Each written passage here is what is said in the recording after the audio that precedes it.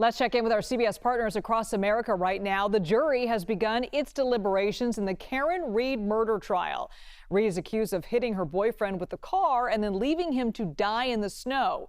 She says she's being framed. CBS News Boston reporter Kristina was in the courtroom today and has any work that makes you feel confident that you could avoid a mistrial this time? Or is that a fear? We've done everything we can. The instructions, the verdict slip. You've seen us fighting in court. Karen Reed's fate is in the hands of a 12-person deliberating jury after lawyers delivered a last pitch of what they say happened, starting like this. John O'Keefe was 46 years old.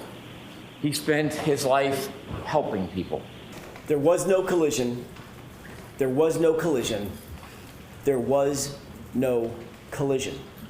The defense starting its closing the same way it began the trial, by telling jurors that the data shows there was no car crash. And John was not struck by a 6,000-pound SUV. Period. Full stop. Alan Jackson told jurors that Brian Higgins, who was not a witness in this trial, coaxed John O'Keefe to the house that night, into the basement or garage, and that this possibility was never investigated by since fired lead investigator Michael Proctor. She's a whack job.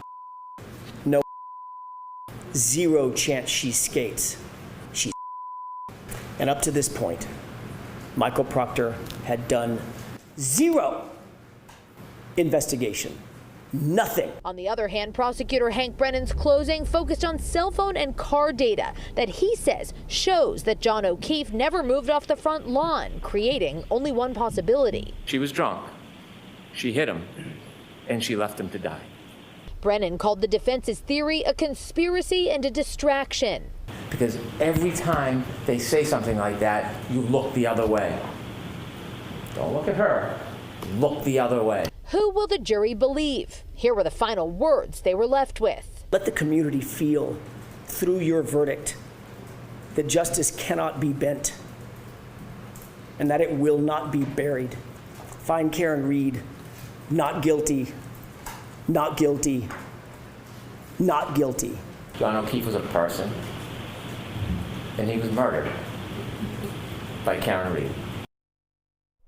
That was Kristina reporting there from CBS News Boston.